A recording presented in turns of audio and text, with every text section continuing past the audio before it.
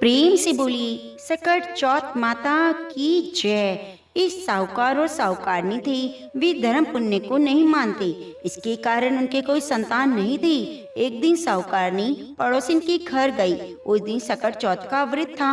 वह पड़ोसन सकट चौथ की पूजा करके कहानी सुन रही थी। साहूकारनी ने अपनी पड़ोसन से पूछा, तुम क्या कर रही हो? वह पड़ोसन बोली, आज सकट चौथ का व्रत है, इसलिए कथा सुना रही हूँ। तब साहूकारनी बोली, चौथ के व्रत को करने से क्या होता है? पड़ोसन बोली, इसके करने से अन्न धन सुहाग पुत्र सब कुछ तो मिलता है। तब साहूकारनी ने कहा, यदि मेरा गर्भ ठहर जाएगा तो मैं 1.25 सेर तिलकुटा करूंगी और चौथ का व्रत करूंगी।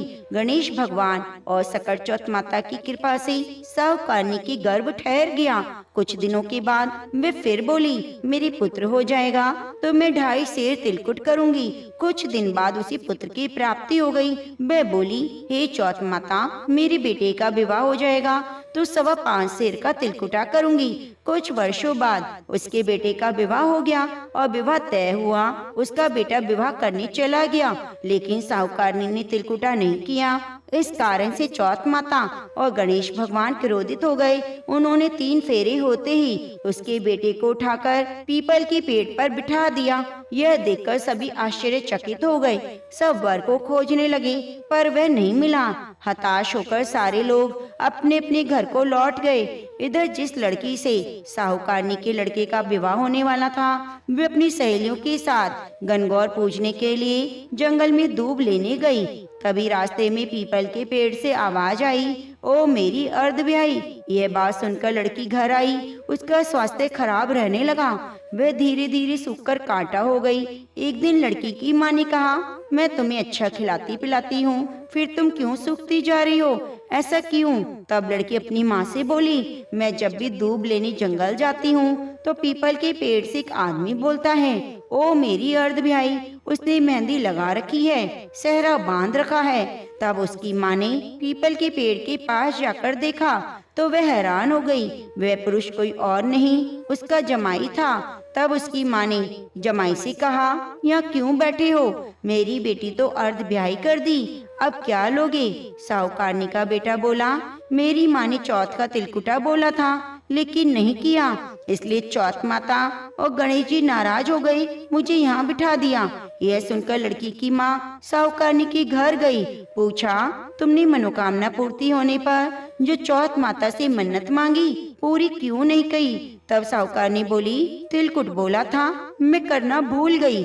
उसके बाद साहूकारनी बोली, मेरा बेटा घर आए तो 2.5 मन का तिलकुट करूंगी। इस बार गणेश भगवान प्रसन्न हो गए। उसका बेटा घर आ गया। तब उसने जितना तिलकुट की मन्नत मांगी वह सब उसने भगवान को अर्पण किया। सकट चौथ माता गणेश भगवान ने उसके बेटे को फेरों में लाकर बिठा दिया। बेटे का विवाह धूमधाम से हो गया। तब साहूकारनी का बेटा और बहू घर आ गए। साहूकारनी ने 2.5 मन तिलकुटा किया। बोली, हे चौथ माता, आपके आशीर्वाद से मेरे बेटे बहू घर आ गए, इसलिए मैं हमेशा तिलकुट का व्रत करूंगी। इसके बाद सारे नगर वासियों ने तिलकुट के साथ सकट व्रत करना प्रारंभ कर दिया। हे सकट चौथ माता, जिस तरह अपनी साहूकारनी के बेटे बहू से मिलवाया, वैसे सबको मिलवाना। इस कथा को कहने सुनने वाले सबका सदा भला करना। तो प्रेम से बोलिए गणेश भगवान की जय। प्रेम से बोलिए सकट चौथ माता की जय। एक राजा था, उसकी कोई संतान नहीं थी। वे बहुत दुखी रहता। एक दिन राजा अपने घर के दरवाजे पर बैठा था। उधर से एक भंगिन निकली और उसने दूसरी औरत से कहा, आज सुबह सुबह तो निसंतान राजा का मुंह देख लिया, देखो दिन कैसे बीतता है। राजा ने बात सुन ली। वह घर में आकर महल में चुपचाप लेट गया। सभी रानियां आई। राजा से बोली, राजा जी उठिए, भोजन कर लीजिए। राजा नहीं उठा। उसने कहा, मेरा इतना बड़ा राजकाज होते हुए भी, इतनी रानियां होते हुए भी मैं निसंतान हूँ। एक भंगिन ने मुझे सुनाकर चली गई। यह सुनकर तो सभी लोग दुखी हो गए, पर छोटी रानी की दासी बड़ी चालाक थी। उसने छोटी रानी से कहा, राजा बहुत दुखी हैं, हम जो कुछ करेंगे तुम चुपचाप उसे देखती जाओ, राजा का दुख दूर हो जाएगा। उसने जाकर राजा से कहा, राजा जी उठिए, भोजन करिए, छोटी रानी गर्भवती है। राजा बड़ा खुश हुआ, उठकर खाना खाने लगा और 9 महीने तक पुत्र होने की प्रतीक्षा करने लगा। एक दिन दासी ने कमरे में चारों तरफ पर्दे बांध दिए। राजा से बोली, पुत्र हुआ है। राजा ने खूब उत्सव मनाया, खूब धन बांटा। दासी से बोले, मुझे पुत्र दिखाओ। दासी ने कहा, उसके गुण खराब हैं, अभी आप उसे मत देखिए। छोटी रानी बड़ी दुखी थी। उसने दासी से कहा, जब राजा को तुम्हारे झूठ का पता चलेगा तो वे तुमको मरवा देंगे और मुझको भी। दासी ने कहा, रानी देखते जाइए, अभी मैं क्या करती हूँ। जब पुत्र को देखने का समय आया तो राजा ने कहा, दासी अब मुझे पुत्र का मुंह दिखाओ। दासी ने कहा, राजा मुंडन में देखना। राजा ये बात मान गए। अब मुंडन का भी समय आया, खूब धूमधाम से तैयारी हुई। राजा ने फिर दासी से कहा, मुझे अपने पुत्र का मुंह दिखाओ। दासी ने कहा, अब अपने पुत्र का मुंह सीधे उसके ब्याह में देखना। राजा गुस्सा होने लगा तो दासी बोली, आपके पुत्र के ग्रह खराब होने के कारण यह सब हो रहा है। आपका लड़का है, कुछ दिन की बात है, ब्याह में आप जी भर कर देख लेना। छोटी रानी दुखी रहने लगी। 16 साल बाद राजा के यहाँ शादियाँ आने लगी। राजा ने दासी से कहा, अब हम राजकुमार की शादी करेंगे। दासी ने कहा, शादी पक्की करिए, पर मैं राजकुमार के साथ चलूंगी। शादी तय हो गई, बारात सजने लगी। राजा बोला, दासी अब तो राजकुमार को दिखाओ। दासी बोली, द्वार 4 में देख लीजिएगा। राजा फिर चुप हो गए। दासी ने एक बड़ी थाली में तेल और गुड़ लाकर एक लड़का लिटाया और उसको ढककर डोली में बिठाकर बारात में चल दी। छोटी रानी दुख से बार बार बेहोश होती जाती। कहती, यह दासी राजा की बेइज्जती कराएगी। बारात चली जा रही थी। लोग थककर एक जगह विश्राम करने लगे। दासी का डोला एक पीपल के चबूतरे पर रख दिया गया। दासी नहाने तालाब में चली गई। उसी पेड़ के नीचे चौथ माता बैठी थी। सकट माता ने देखा, डोले के आसपास चींटी लगी हैं, आ रही हैं, जा रही हैं। उन्होंने डोला खोलकर देखा तो थाली से तिल गुड़ निकला। सकट चौथ माता ने वह खाया और उन्हें बहुत अच्छा लगा। धीरे धीरे सकट माता ने सारा तिल गुड़ खा लिया। थाली खाली हो गई। दासी नहाकर लौटी तो देखा सकट माता बैठी है, थाली खाली है। अब क्या था? दासी सकट माता के पैर पकड़कर जोर जोर से रोने लगी। मेरा बेटा कहाँ है? मेरा बेटा कहाँ है? थाली में मेरा बेटा पड़ा हुआ था, उसको तुमने खाया। अब तुम मुझे बेटा दोगी तभी मैं आपके पैर छोड़ूंगी। और सकट माता बड़े संकट में फंस गई। उन्होंने कहा, अच्छे मेरे पैर छोड़, मैं तुम्हें बेटा देती हूँ। 16 साल का सुंदर कुंवर संकट माता ने दे दिया। यह देखकर दासी बहुत खुश हुई। बारात दरवाजे पर पहुंची। राजा ने कहा, दासी अब समय आ गया, राजकुमार को दिखाओ। दासी ने पालकी से पर्दा हटा दिया। राजा राजकुमार को देखकर दंग रह गया। बोला, इतना सुंदर मेरा पुत्र, इसलिए तो तुमने मुझे नहीं दिखाया। खूब धूमधाम से शादी हुई। बारात आई। छोटी रानी दुख से बेहोश पड़ी हुई थी। सोच रही थी जाने क्या हुआ होगा। जब दरवाजे से बारात आई तो दासी दौड़कर आई। छोटी रानी से बोली, तुम्हारा राजकुमार और बहू आए हैं। रानी लड़के और बहू को देखकर फूली ना समाई। दासी ने कहा, रानी मैं 1.25 पसेरी का लड़का बनाकर ले गई थी, तुम 1.25 मन का तिल गुड़ का तिलकुटा बनाकर सबको प्रसाद बांटो। सकट माता की कृपा से तुम्हें पुत्र मिला है तो प्रेम से बोलो, गणेश भगवान की जय, चौथ माता की जय। एक शहर में देवरानी जेठानी रहा करती थी। देवरानी तो गणेश भगवान की बड़ी भक्त थी, नियमित पूजा पाठ करती। देवरानी का पति जंगल से लकड़ियां काटकर उसे बेचा करता और बीमार भी रहता। देवरानी गरीब थी, जेठानी बहुत अमीर थी। देवरानी अपनी जेठानी के घर का सारा काम करती, बदले में जेठानी उसे बचा हुआ खाना, पुराने कपड़े दे दिया करती। इसी से देवरानी का परिवार चल रहा था। ऐसा करते करते देवरानी के दिन किसी न किसी तरह गुजर रहे थे। ऐसा ही करते करते अब माघ का महीना आ गया। चतुर्थी तिथि पर देवरानी ने तिल चौथ, सकट चौथ का व्रत रखा और पूजा करके तिल चौथ की कथा सुनी। फिर तिल कुटा छीके में रख दिया। सोचा रात को चंद्रमा निकलने के बाद खाऊंगी। इस तरह से कथा सुनकर वे जेठानी के यहाँ काम करने चली गई। जेठानी के यहाँ पहुंचकर भोजन बनाकर जेठानी के बच्चों को भोजन करने के लिए कहने लगी। बच्चे बोले, चाची जी माँ ने तो व्रत रखा है, माँ भूखी है, माँ जब तक भोजन नहीं करेगी हम भी नहीं करेंगे। जब जेठ को भोजन करने को कहा तो वह बोले, मैं अकेला नहीं खाऊंगा, चंद्रमा निकलेगा तभी साथ खाएंगे। अब देवरानी ने कहा, मुझे भी घर जाना है, मुझे खाना दे दो। तब जिठानी ने उससे कहा, आज तो अभी तक किसी ने भी भोजन नहीं किया, तो मैं तुम्हें कैसे दे दूं? तुम सवेरे ही बचा हुआ खाना ले जाना। जिठानी की यह बात सुनकर देवरानी उदास होकर घर चली आई। देवरानी के घर पर पति बच्चे सब आस लगाए बैठे थे। आज तो त्योहार का दिन है, कुछ अच्छा खाने को मिलेगा। लेकिन जब बच्चों को पता चला आज तो रोटी भी नहीं मिलेगी तो बच्चे रोने लगे। यह देखकर देवरानी के पति को गुस्सा आ गया। कहने लगा, दिन भर काम करने के बाद भी 2 रोटियां नहीं ला सकती तो काम क्यों करती हो? पति ने गुस्से में आकर पत्नी को कपड़े धोने के धोवन से पीटा। धोवन हाथ से छूट गया तो पाटे से मारा। बेचारी गणेश जी को याद करती हुई रोते रोते पानी पीकर सो गई। उस दिन गणेश जी देवरानी के सपने में आए। कहने लगे, धोवन मारी पाटे मारी, सो रही है जाग रही है? वह बोली, सो रही हूँ कुछ जाग रही हूँ। गणेश जी बोले, भूख लगी है, खाने के लिए दे दो। देवरानी बोली, क्या दूं? मेरे घर तो अन्न का एक दाना नहीं। जिठानी बचा हुआ खाना देती थी, आज वह भी नहीं मिला। देवरानी ने आगे कहा, पूजा का बचा हुआ तिलकुटा छीके में पड़ा है, वही खा लो। गणेश जी ने निकालकर तिलकुटा खाया और उसके बाद कहने लगे, धोवन मारी पाटे मारी, निपटाई लगी है, कहाँ निपटूं? यह तो खाली झोपड़ी है, कहीं भी निपट लो जहाँ इच्छा हो। अब उसके बाद बोले, निपटाई को कहाँ पे पहुँचूं? देवरानी को गुस्सा आया। कहने लगे, कब से परेशान किए जा रहे हो, सोने भी नहीं दे रहे। बोली, मेरे सिर पर पहुँचो। कहाँ पहुँचोगे?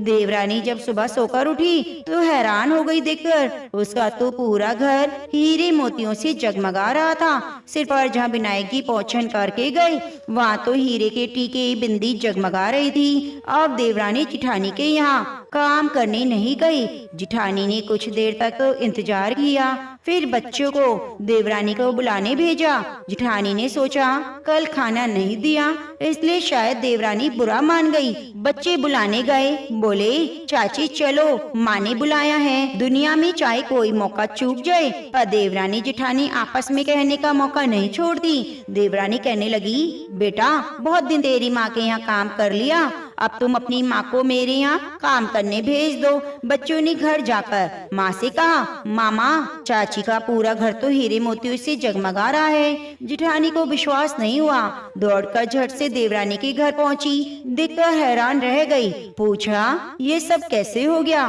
तब देवरानी ने जिठानी को रात में हुई सारी घटना बताई, जो कुछ भी उसके साथ हुआ एक एक बात सच सच बता दी, क्योंकि वह दिल की बहुत सच्ची थी। अब तो घर लौटकर जिठानी ने कुछ सोचा और अपने पति से कहने लगी, सुनिए आज आप मुझे धोवन और पाटी से मारो। उसका पति बोला, अरे भले मानस, मैंने तो कभी तुम पर हाथ भी नहीं उठाया, मैं भला तुम्हें धोवन पाटे से क्यों मारूं? पर वह नहीं मानी और जिद करने लगी। आखिरकार मजबूर होकर पति को उसे मारना पड़ा। मार खाने के बाद उसने ढेर सारा घी डालकर चूरमा बनाया, चीके में रखकर रात को सो गई। रात को विनायक जी जिठानी के सपने में आए। कहने लगे, भूख लगी है, मैं क्या खाऊं? जिठानी बोली, हे गणेश भगवान, आपने तो मेरी देवरानी के घर पर एक चुटकी सूखा तिलकुटा खाया, मैंने तो झटते घी का चूरमा बनाया, आपके लिए छीके में रखा है, साथ ही फल मेवे भी रखे हैं, जो आपकी इच्छा हो खा लो। गणेश भगवान ने खा लिया। आप बोले, निपटाई लगी है, कहाँ निपटूं? जिठानी बोली, उसके यहाँ तो टूटी हुई झोपड़ी थी, मेरे यहाँ तो बहुत बड़ा महल है, जहाँ चाहे निपट लो। गणेश भगवान ने पूछा, बताओ अब कहाँ पर पहुँचूं? बोली, मेरे माथे पर बड़ी सी बिंदी लगाकर पहुँच लो। धन की भूखी लालची जिठानी रात भर खुशी से फूली नहीं समा रही थी। सोच रही थी सुबह जब वह उठेगी पूरा घर हीरे मोती से जगमगा रहा होगा। वह उठी, लेकिन क्या देखती है कि उसका घर तो पूरा गंदगी से बदबू से भरा हुआ है, वहीं उसके सिर पर बहुत सी गंदगी लगी हुई थी। यह सब देखकर जिठानी ने अपने अपना माथा पीट लिया। कहने लगी, गणेश जी महाराज, ये आपने क्या किया? मुझसे रूठे देवरानी पर टूटे। अब जिठानी ने घर साफ करने की बहुत कोशिश की, परंतु गंदगी तो ज्यादा फैलती जा रही थी। जिठानी के पति को मालूम हुआ तो वह भी बहुत गुस्सा हुआ। बोला, तेरे पास सब कुछ था, फिर भी तेरा मन धन से नहीं भरा। परेशान होकर जिठानी चौथ के विनायक जी से मदद की विनती करने लगी। बोली, हे गणपति, मुझसे भूल हो गई, मुझे माफ करो। विनायक जी ने कहा, देवरानी से जलन के कारण जो तूने किया, उसी का ये फल तुझे मिला है। अब तू अपने धन में से आधा धन उसको देगी, तभी ये साफ होगा। गणेश जी के कहने पर उसने आधा धन तो बांट लिया, लेकिन मोहर की एक हांडी चूल्हे के नीचे गाड़ कर रख दी। उसने सोचा किसी को पता नहीं चलेगा, उसने ये धन नहीं बांटा। गणेश भगवान तो सब जानते हैं। जिठानी ने गणेश भगवान से कहा, चौथ के विनायक जी, अब तो अपना बिखरावा समेट लो, अपनी माया समेट लो। गणेश भगवान बोले, पहले चूल्हे के नीचे गाड़ी हुई मोहरों की हांडी और ताक में रखी हुई सुई की भी पाती कर, इसका बंटवारा कर। इस तरह विनायक जी ने सुई जैसी छोटी चीज का भी बंटवारा कराकर अपनी माया समेट ली। देखते ही देखते जिठानी के घर की गंदगी साफ हो गई। हे गणेश जी महाराज, जैसे अपने देवरानी पर कृपा करी, वैसे सब पर करना। कहानी कहने सुनने वाले, हुंकारा भरने वाले सब पर करना, किंतु जैसे जिठानी को सजा दी वैसे किसी को भी मत देना। तो प्रेम से बोलिए, सकट चौथ माता की जय। प्रिय भक्तजनों, सकट चौथ माता आपकी संतान की कथा कहानी कहने सुनने वाले, व्रत करने वाली सभी माताओं की संतानों की रक्षा करे, दीर्घ आयु करे। इसी कामना को करते हुए आप वीडियो को लाइक करके कमेंट बॉक्स में सकट चौथ माता की जय जरूर लिखिए। एक गांव में एक बूढ़ी माई रहती थी। वह बूढ़ी माई बहुत ज्यादा गरीब थी। बूढ़ी माई के परिवार में एक बेटा था, वही उसके बुढ़ापे का इकलौता सहारा था। उसके पास कुछ था नहीं, लेकिन गांव के जितने भी घरों में पशु थे, उन लोगों के पशुओं को बूढ़ी माई का बेटा जंगल में चराने ले जाया करता। शाम होने पर सभी गौं को गांव के लोगों के सुपुर्द कर दिया करता। पशु चराने के बाद गांव वाले जो कुछ भी दिया करते, उसी से माँ बेटे का घर चलता। इसी तरह से किसी तरह उसके दिन कट रहे थे। एक बार की बात है, बूढ़ी माई का बेटा गांव के पशुओं को जंगल में चराने के लिए ले जा रहा था, तो रास्ते में उसे गांव की कुछ महिलाएं मिली, जिनमें से एक बुजुर्ग सी दिखने वाली महिला ने उस बेटे से कहा कि बेटा, तुम तो सारा दिन जंगल में गाय चराते फिरते हो, घर में तुम्हारी माँ बैठकर पकवान बना बना कर खाती है। लड़का बोला, ऐसा हो नहीं सकता, मेरी माँ कभी ऐसा नहीं कर सकती। तब गाँव की वह महिला बोली, अगर तुम्हें विश्वास ना हो तो जरा थोड़ा जल्दी चले जाना, जाकर तुम खुद ही अपनी आँखों से देख लेना, और जब तुम अपनी आँखों से देखोगे तो तुम्हें विश्वास हो जाएगा। लड़के ने सोचा, ठीक है, देखने में आखिर मेरा क्या जाता है। अब लड़का हर दिन जिस समय पर अपने घर पहुंचा करता, आज उस समय से थोड़ा पहले वे घर आ गया। उस दिन सकट चौथ का दिन था। बूढ़ी माई ने सकट चौथ का व्रत रखा था। वह तिलकुट बना रही थी। चूल्हे पर कढ़ाई चढ़ा रखी थी, जिसमें वह तिल भून रही थी। जलते हुए चूल्हे पर चढ़ी हुई कढ़ाई देखकर और उसमें तिल भुने जाते देखकर अब तो लड़के को गांव की महिलाओं द्वारा सुनी बातों पर विश्वास होने लगा। उसने सोचा, आखिरकार गांव की जो चाची ताई थी वे ठीक कह रही थी। यहाँ देखिए, मैं तो जंगल में भूखा प्यासा दिन भर भटकता हूँ, पशु चराता हूँ, और मेरी माँ घर के पीछे पकवान बनाकर खाती है। अब उसे गांव की महिलाओं द्वारा सीख लग गई। वह लड़का अपनी माँ से बोला, माँ, मैं तो घर छोड़कर जाऊंगा। बूढ़ी माँ बोली, बेटा, ऐसी क्या बात हुई जो तू ऐसी बात सोच रहा है और कह रहा है? बेटा बोला, मैं तो चला जाता हूँ जंगल और देख रहा हूँ तो मेरे पीछे से पकवान बना बना कर खाती हो।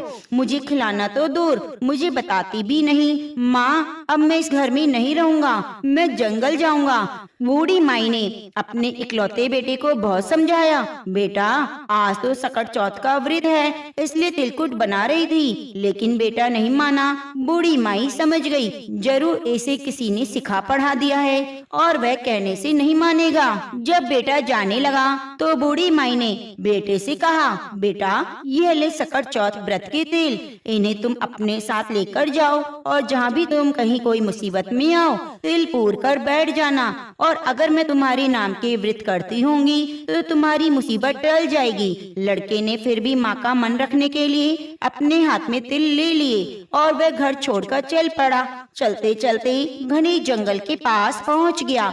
जब जंगल के अंदर गया तो देखा सामने एक बहुत बड़ा खूंखार शेर खड़ा है। शेर ने रास्ता रोक लिया और लड़के ने सोचा आज तो मेरा बचना मुश्किल है, अब तो मुझे मरना है। वह डर के मारे कांपने लगा, थर थर होने लगा। जब कोई व्यक्ति मुसीबत में होता है तो वह डर के मारे अपनी माँ को ही याद करता है। लड़के को भी अपनी माँ की याद आई। जैसी माँ की याद आई तो माँ की कही हुई बात भी उसे याद आ गई। बेटा जब भी मुसीबत में पड़े तो तिल पूर कर बैठ जाना।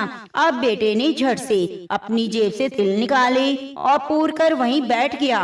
कहने लगा, हे सकट चौथ माता, अगर मेरी माँ मेरे नाम की व्रत करती है तो वह शेर गाय बन जाए, यहाँ से चला जाए, नहीं तो मेरा मरना तय है। जैसे उस लड़के ने ऐसा कहा, देखते ही देखते सकटा माता की कृपा से वह शेर गाय बनकर पूंछ हिलाता हुआ वहाँ से चला गया।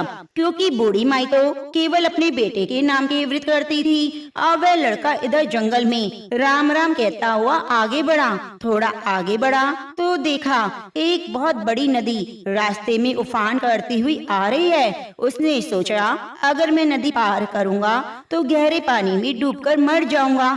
एक तो नदी का तेज ज्यादा है, ऊपर से तूफान आया है। अगर मैं यह नदी पार नहीं करता तो रात हो गई है। पीछे घना जंगल है, जंगल में रहने वाले जंगली जानवर मुझे निश्चित ही मार देंगे। आगे कुआ पीछे खाई। फिर याद माई की आई। अब तो वह लड़का फिर से तिल पूर कर बैठ गया। बोला, हे सकट चौथ माता, अगर मेरी माँ मेरे नाम की व्रत करती है तो यह नदी 2 हिस्सों में बट जाए, मुझे रास्ता दे दे तो आज मेरा मरना नहीं तो तय है। अब जैसे ही लड़के ने ऐसे कहा, नदी देखते ही देखते 2 हिस्सों में बट गई। अब उसे आगे जाने का रास्ता मिल गया, क्योंकि बूढ़ी माई तो अपने बेटे के नाम की व्रत करती थी। नदी पार करके वह दूसरी नगरी पहुंचा। वहाँ उसने देखा एक बुढ़िया पुए बनाती जा रही है और आंखों से जार जार आंसू रोती जा रही है। उसने इस तरह से पकवान बनाती और रोती हुई बूढ़ी माई को देखा तो पूछा, अरे माई, बड़े बना रही हो, इसका मतलब घर में खुशी है और साथ ही तुम रो भी रही हो, तो तुम्हारे मन में कोई दुख है? मुझे बताओ, खुशी और दुख एक साथ कैसे? वह बुढ़िया माई बोली, बेटा मैं क्या बताऊं, हमारे नगर में हर छठे महीने आवा पकता है। इस आवे में एक इंसान की बलि दी जाती है और इंसान को आवे में मिट्टी के बर्तनों के साथ बिठाया जाता है। वह जीवित नहीं बचता।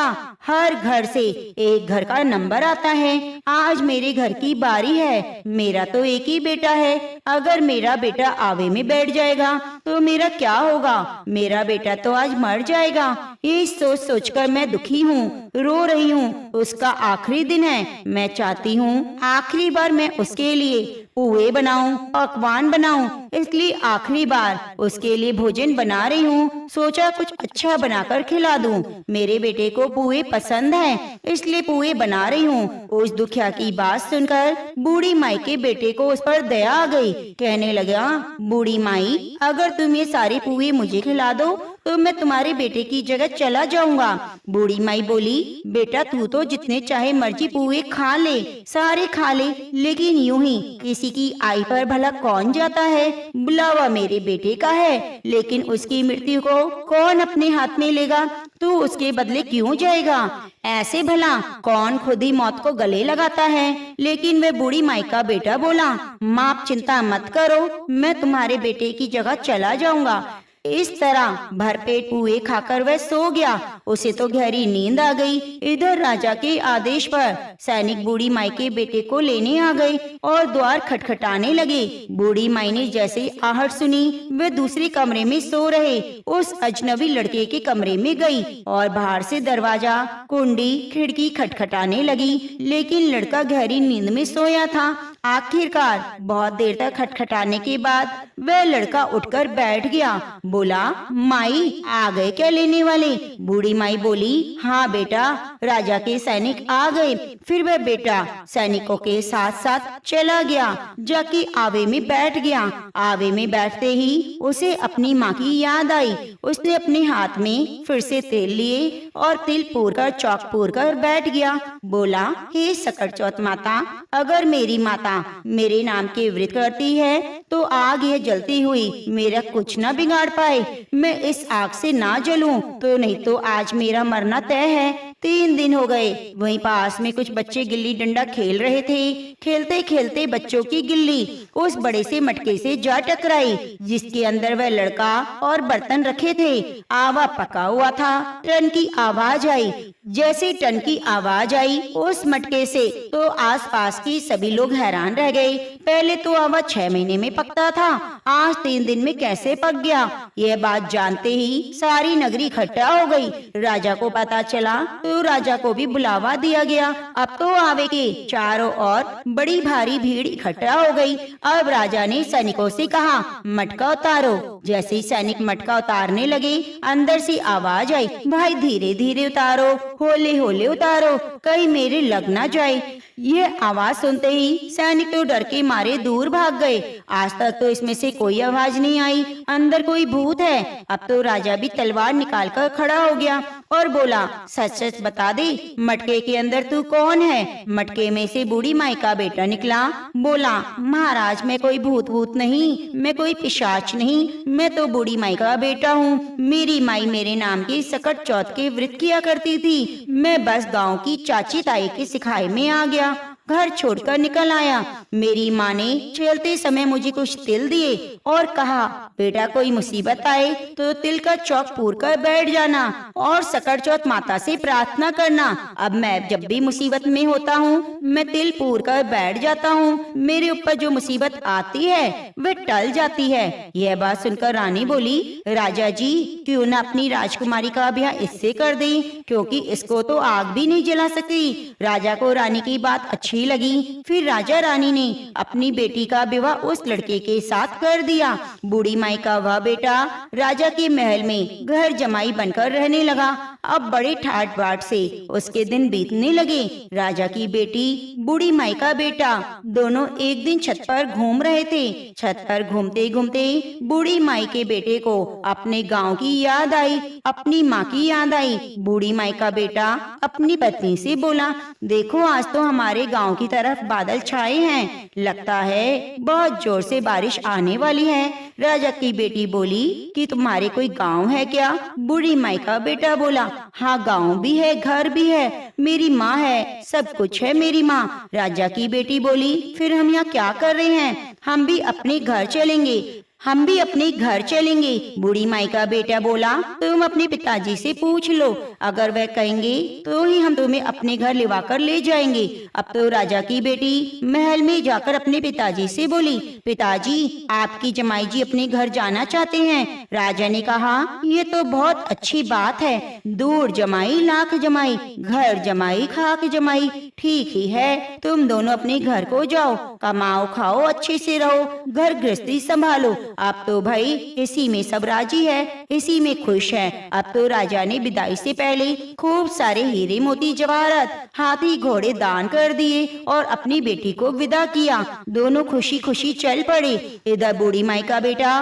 गांव के पास आया, एक सैनिक को घर भेजा, जाओ माँ को बताओ बेटा बहू आए हैं। सैनिक गया तो बूढ़ी माई तो रो रो कर अंधी हो गई थी। सैनिक ने जाकर कहा, बूढ़ी माई आपका बेटा बहू आए हैं। बूढ़ी माई सैनिकों से बोली, बेटा सारा गांव तो मेरी हंसी उड़ाता है, अब तुम भी उड़ाने लगी। मेरा बेटा तो घर छोड़कर चला गया क्योंकि उसे तो सीख लग गई थी, पता नहीं अब तो उसे कोई जानवर खा गया होगा, वह जिंदा भी है कि नहीं, मुझे तो उसकी कोई खबर नहीं। सैनिक कहने लगे, नहीं माई आपका बेटा सचमुच आया है, अपनी पत्नी को लाया है। सारा गांव इकट्ठा हो गया। बूढ़ी माई का बेटा आ गया, लेकिन बूढ़ी माई को विश्वास नहीं हो रहा था। तब वह हाथ जोड़ छोड़कर सकट-चौथ माता से बोली, हे माता, अगर ये मेरा बेटा सचमुच है तो मेरी आंखों की रोशनी आ जाए और दूध की धार सीधी इसकी मूंछों पर पड़े। अब ऐसा ही हुआ।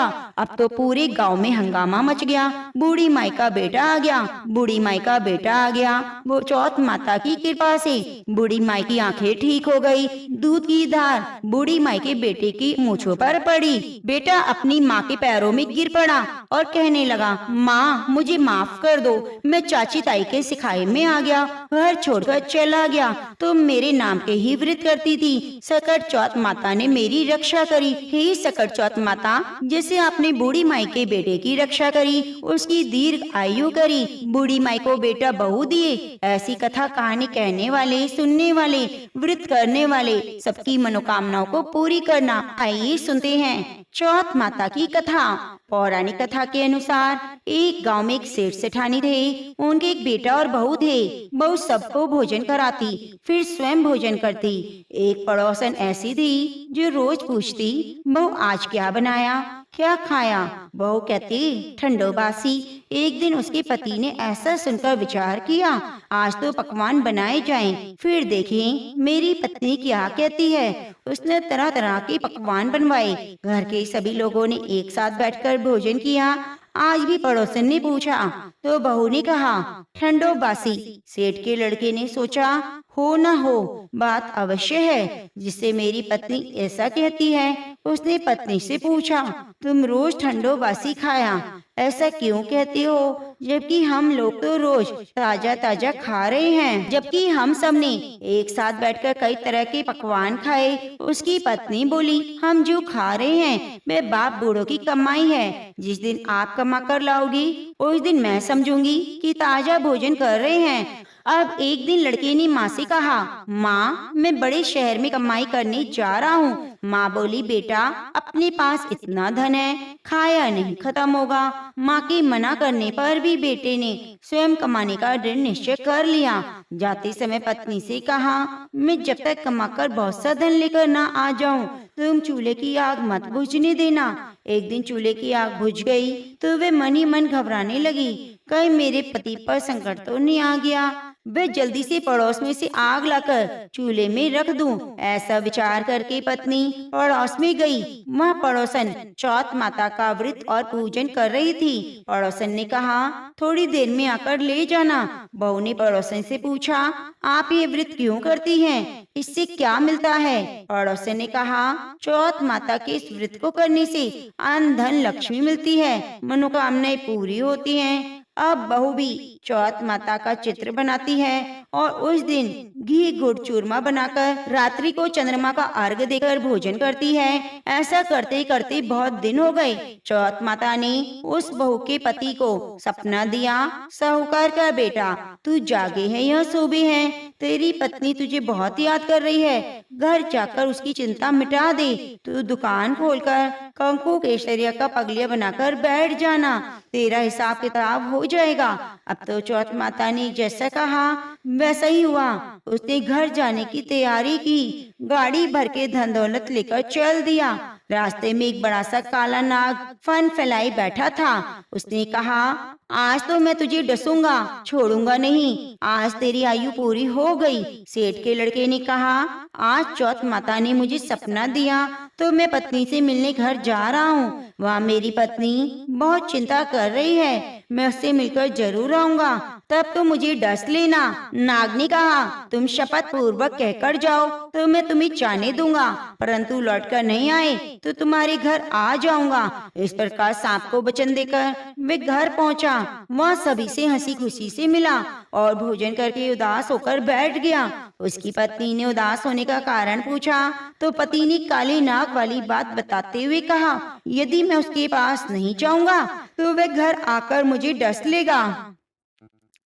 पत्नी बहुत चतुर थी। उसने कहा, आप घबराओ नहीं, लेट जाओ, मैं उपाय करती हूँ। पत्नी ने कमरे की 7 पैड़ी धोई। पहली पेड़ी पर रेत, दूसरी पर इत्र, तीसरी पर गुलाल, चौथी पर कंकु केसर, पांचवी पर लड्डू पेड़ा, छठी पर गादी गलीचा और सातवीं पेड़ी पर दूध का कटोरा रख दिया। इस प्रकार वह 7 पेड़ी सजाकर बैठ गई। आधी रात होते ही नाग आकर पैड़ी चढ़ने लगा। पहली पैड़ी पर रेत में लेट गया। कहने लगा, सेठ की बहू ने आराम तो बहुत दिया, पर बचनों में बंद कर आया हूँ तो इसे डसूंगा तो जरूर। सातों पेड़ी पर नाग आराम करता हुआ और कहता हुआ कि इसको डसूंगा तो जरूर। कमरे में जाने ही वाला था कि चौथ माता ने विचार किया, यदि हमने इसे नहीं बचाया तो संसार में धर्म, कर्म और व्रत पूजन कौन मानेगा। अब तो गणेश जी, चंद्रमा जी, चौथ माता ने उसे बचाने का विचार किया। चंद्रमा जी ने उजाला किया, चौथ माता ढाल बनी। गणेश भगवान ने तलवार लेकर उस नाग को मार डाला, ढाल से ढक दिया। अब बहू भी थकी हारी सो गई। दिन निकला, लोग बेटे से मिलने आए, परंतु बेटा उठे ही नहीं। बहुत देर हो गई तो माँ उन्हें उठाने गई। माँ ने सातों पेड़ों पर जो कुछ देखा वह बहुत घबराई और बेटा बहू को आवाज लगाई। बेटा बहू उठे तो देखा एक ढाल तलवार वहाँ पड़ी है। अब ढाल उठाई तो वही काला नाग मरा हुआ था। बेटा बहू ने सोचा, आज तो धर्म कर्म आड़े आ गया, जो भगवान गणेश और चौथ माता ने रक्षा की है। चौथ माता, आपने जैसे सेठ के बेटे बहू की रक्षा करी, वैसे सबकी करना। प्रेम से बोलो गणेश भगवान की जय, चौथ माता की जय। अगर आज की कथा आपको पसंद आई है तो चैनल को सब्सक्राइब करना और कमेंट बॉक्स में गणेश भगवान की जय जरूर लिखना।